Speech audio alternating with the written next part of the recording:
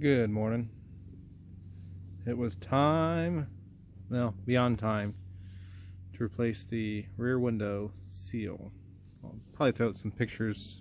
It had a whole bunch of, couple cracks here, here, and here, whatever. Resulted in some surprisingly just surface rust. Sanded it down, did a couple coats of primer, put on a little black bandit stripe like I have in the front. But if you have trouble removing it, it's actually quite simple. Just take a razor on the inside, cut down the edge here. I just did the top and about halfway down the side, pushed the top of the window out, then picked it up. Did a little bit of cleaning. They're actually really simple to put in and out, so shouldn't struggle at all. I'm going to use a rope again to go around the inner bead so that when I put it in I can pull the rope out, and when I pull the rope out it pulls the window seal, the lip that holds onto it, to the inside. That's it. I might get you a picture or two of it, before, after, during. Other than that, I don't have any other tips. Alright, so continue on. I ran a cord through the inner lip, and then I'm going to lay the window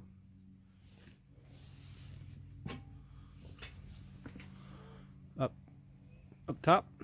Then I'm going to pull the cord through all the way around to get that rubber lip to come down. I'm going to probably use a little bit of soap and water on the outside here, just to give it a little bit of lubrication.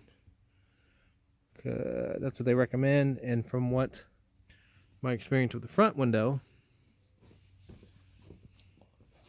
when I got around the edges on the inside, right around here, had some issues with the seal starting to tear on me, so I'll use a little bit more lubricant this time and go a little bit slower. I'll let you know how it goes. Alright, last time I used the soap water method. This time I'm going to use the rubber seal conditioner, which says reduces friction and wear, water resistant, prevents cracks, fading, extends seal life. So we'll see what happens. But there are a few sharp edges on this bottom corner. I'll just go slow with that, or I might start with that. Alright, so what I'm doing, I'm pushing down on the top with my hand, and of course the hand holding the camera is pulling on this seal, so I'm pushing it down as I pull it in. That way it seats in, and this lip comes over that green sheet metal lip.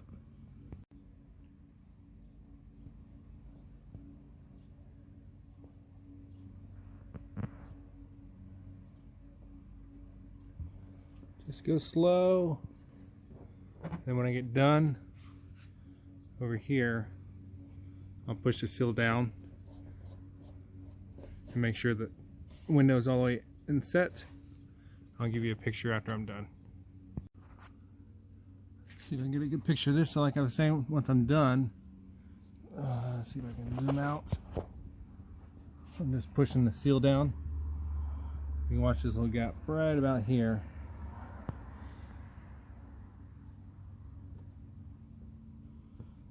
Anyway, I'm pushing the seal against the edge, making sure it's good all the way around.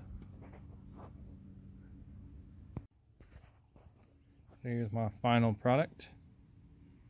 It's got a bit of a curve right here at the bottom, so it kind of has a bit of curve.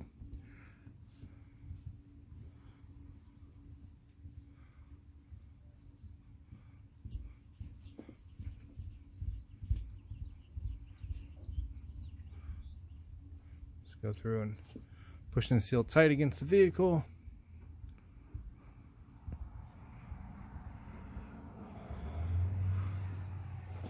And that looks good. Only This one, have to look to see if I have this one. And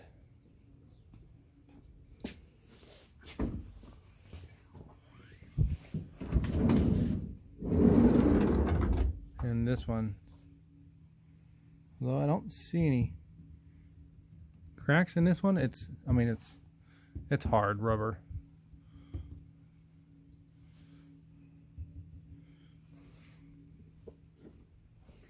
Of course, this one's nice and pliable.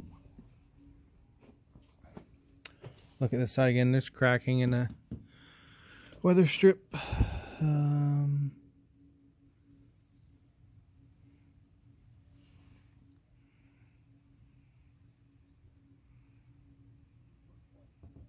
course, a piece missing here.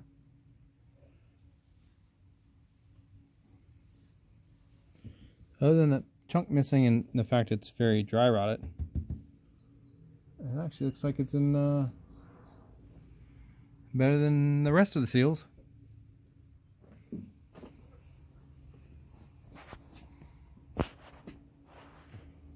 I still have to do this piece. I think I have a one piece, or I didn't order it yet.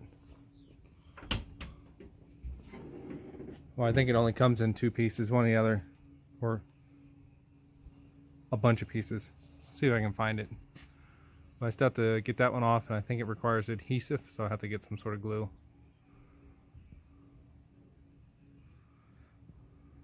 Well, thanks for watching. It finalizes or finishes my back window seal. Still gotta put my curtains back up.